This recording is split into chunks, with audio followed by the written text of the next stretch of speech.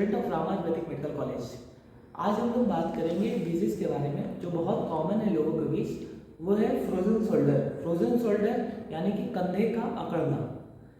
बहुत सारे पेशेंट में ये क्या होता है कि वो अपने हाथ जो है चाहे तो वो पूरी ऊपर नहीं उठा पाते हैं या फिर ये रोटेशन नहीं कर पाते हैं, जिसकी वजह से उनके डेली लाइफ में बहुत सारे पेन्स होते हैं।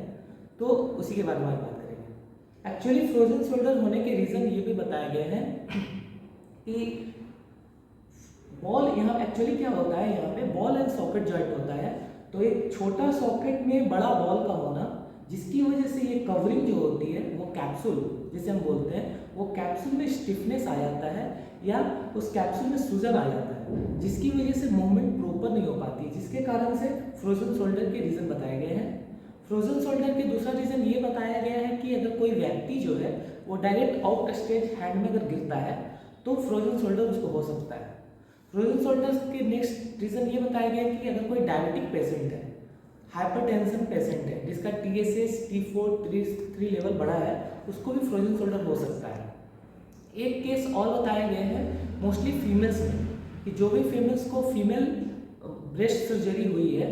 उसमें क्या होता है कि सर्जरी होने के बाद चेस्ट के मसल्स और शोल्डर मसल्स जो है वो स्टिफ हो जाते हैं और मूवमेंट्स उसमें कम होता है, जिसकी वजह से फ्रोजन शोल्डर के रीज़न बताया है कि कैसे पता चलेगा कि मुझे फ्रोजन शोल्डर है, किसी पेशेंट को फ्रोजन शोल्डर है।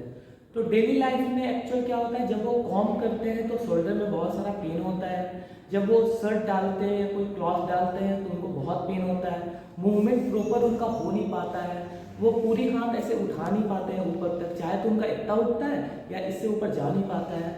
और भी कई सारे रीजंस बताए हैं। अब बात करते हैं कि पेशेंट में एक होता है idiopathic frozen shoulder. Idiopathic frozen shoulder वो है कि ये सब ऐसे पेशेंट हैं जिसमें जो है वो लोगों को ये साइन एंड सिम्टम नहीं होते हैं कि T3 level TSH level normal, सब कुछ नॉर्मल होता है, फिर भी उन पेशेंट में जो है फ्रोजन शोल्डर के केस बताए गए हैं। अब हम लोग जानते हैं कि कैसे डायग्नोज करेंगे कि फ्रोजन शोल्डर है। तो MRI के थ्रू, एक्सरे के थ्रू, एक्चुअली एक्सरे के थ्रू हम लोग ये देखते हैं कि शोल्डर में जो है वो रफनेस कितनी है, वहाँ पे मूवमेंट मसल्स हो पा रही है नहीं हो पा रही है, मसल्स में टेंडरनेस और आर्थराइटिस के केस पाए जाते हैं। वहीं MRI की बात करें तो MRI में हम लोग मसल्स के लिगामेंट और उसके टेंडन्स और जो कैप्सूल है मेन जो इम्पोर्टेंट रोल यहाँ पे प्ले कर रहा है, उसको हम लोग देखते हैं कि वहाँ के टिश्यू का लेवल कितना है और वहाँ पे स्टिफनेस कितनी है। अब हम लोग बात करते हैं कि वैसे पेशेंट में जिनको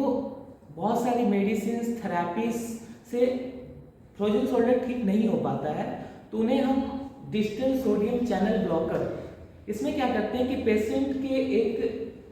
शोल्डर रीजन में और एक हैंड वाले एरिया में इंजेक्शन लगाते हैं, जिसकी वजह से क्या होता है उनका वहाँ पे जो टिश्यू है और जो कैप्सूल है वहाँ पे पेन जो है टोटली रिमूव हो जाता है, जिसकी वजह से हम लोग थेरेपीज के थ्रू, मूवमेंट के थ्रू, एक्सरसाइज के थ्रू उनको हम लोग ठीक करते हैं। पेशेंट ऐसे भी होते हैं जिनको हम ऑर्थ्रोस्कोपी के थ्रू, ऑर्थ्रोस्कोपी कहें तो मतलब ये है कि दूरबीन के थ्रू क्या करते हैं कि हम लोग